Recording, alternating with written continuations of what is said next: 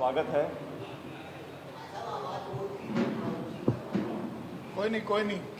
आज की प्रेस वार्ता जिस मुद्दे के लिए आमंत्रित की गई है, मैं उसकी चर्चा करना चाहता हूं। मेरे साथ आज राजस्थान सरकार के कैबिनेट मंत्री और हमारे पीसीसी के प्रवक्ता जिलाध्यक्ष प्रताप सिंह खाचरियावास जी हैं, एआईसीसी के सचिव और उत्तर प्रदेश के प्रभारी पूर्व विधायक जुबैर खान साहब, एआईसीसी के सचिव यूपी प्रभारी धीरज गुर्जर जी, रोहित जी एआईसीसी के सचिव,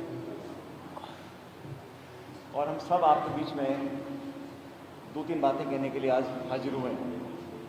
जैसा कि आप जानते हैं, इतने भारी संकट के समय में जब संक्रमण फैल रहा है, तो आज इस बात की स्पष्टीकरण करने की ज़रूरत इसलिए पड़ी है जो मुद्दा कई दिनों से सुर्खियों में है। देश में लॉकडाउन होने के बाद लाखों करोड़ों हमारे श्रमिक भाई बहन अलग अलग राज्यों में फंसे हुए थे और आज भी फंसे हुए हैं। जब एक पखवाड़ा बीत गया और सरकार की तरफ से कोई मदद नहीं आई, तो कांग्रेस अध्यक्षा सोनिया गांधी जी ने पहल करते हुए ये निर्णय लिया कि कोई भी श्रमिक देश के किसी कोने में भी होगा, उसको घर वापस जाने का, रेल का किराया, भाड़ा खर्चा जो भी होगा, उसको कांग्रेस पार्टी वहन करेगी।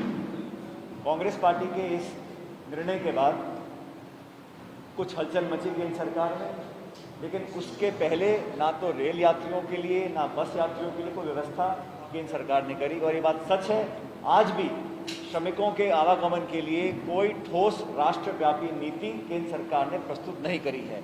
यही कारण है कि आज टेलीविज़न और अखबारों में हम देखते हैं रोते बिलखते बच्चे, बुजुर्ग, महिलाएं नंगे पैर सैकड़ों किलोमीटर यात्रा तय कर रहे हैं, जीवन के लिए संघर्ष कर रहे हैं, बेरोजगार हैं, भूखे हैं, तड़प रहे हैं। उनकी मदद के लिए जिस प्रकार से सरकार को आगे आना चाहिए था, अभी तक वो आगे नहीं आए। इसको देखते हुए एआईसीसी की महासचिव यूपी की प्रभारी प्रियंका गांधी जी ने कांग्रेस पार्टी की तरफ से 1000 बसों की मदद करने का ऐलान किया।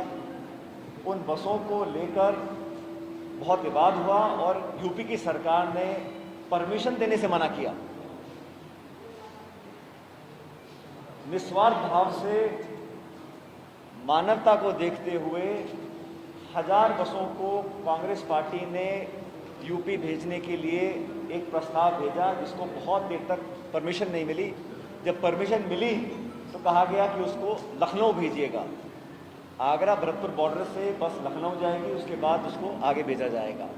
फिर बाधाएं बनाने के लिए नाना प्रकार के फंडे अपनाए। कभी कहा कि फिटनेस सर्टिफिकेट नहीं है, कभी कहा कि ड्राइवर का लाइसेंस नहीं है। और मैं हमेशा कहता हूं कि काम करने का कोई बहाना नहीं, ना करने के 100 बहाने। अंत में नेताओं पर एफआईआर हुई, जेल में डाला गया, गतिरोध पैदा किया गया। कई दिनों तक बसें बॉर्डर पर खड़ी रहीं, नोएडा बॉर्डर पर दिल्ली के पास, आगरा बॉर्डर, भरतपुर बॉर्डर पर। और अंत में आरोप लगाया गया कि बसों में सूची में कमी थी, 1000 बस कहा था, कितनी कम बस थी। और आज हम सब दस्तावेज लेके आपके सामने प्रस्तुत हुए हैं। इसका स्पष्टीकरण हमारे परिवहन मंत्री प्रताप सिंह खाचरियावास जी करेंगे, जुबैर भाई भी बताएंगे यूपी के बारे में। लेकिन मैं इतना कहना चाहता हूँ कि हम लोगों ने एक पहल कर इतने संकट के समय में कोई व्यक्ति, कोई संगठन, कोई दल, कोई भी अगर मदद का हाथ बढ़ा, हमने पूरी बात स्पष्ट तरीके से आपके समक्ष रखी है। हकीकत ये है कि जब कांग्रेस पार्टी ने पहल कर बसों का इंतजाम कर दिया, यूपी की सरकार तिलमिला गई और बहाने ढूंढकर बहुत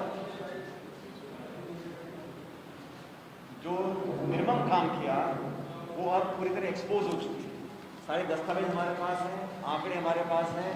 और ये आज इसलिए आपके बीच में आना जरूरी पड़ा क्योंकि एक तो गलत काम कर रहे हैं, ऊपर से सीना जोड़े कर रहे हैं, और अच्छा काम करने वालों को मैं तो कहता हूँ, मैं खुद धन्यवाद देता हूँ यूपी सरकार का। अगर वो बड़ा मन रखकर प्रियंका गांधी जी द्वारा दी गई बसों को स्वीकार करते, धन्यवाद करते, मैं समझता वो सरकार का सही तरीके का काम करने का तरीका होता। लेकिन उन्होंने तिलमिला के इस प्रकार का व्यवहार किया, नेताओं को जेल में डाल दिया, केस दर्ज कर दिए, पुलिस खड़ी कर दी, गतिरोध पैदा कर दिया।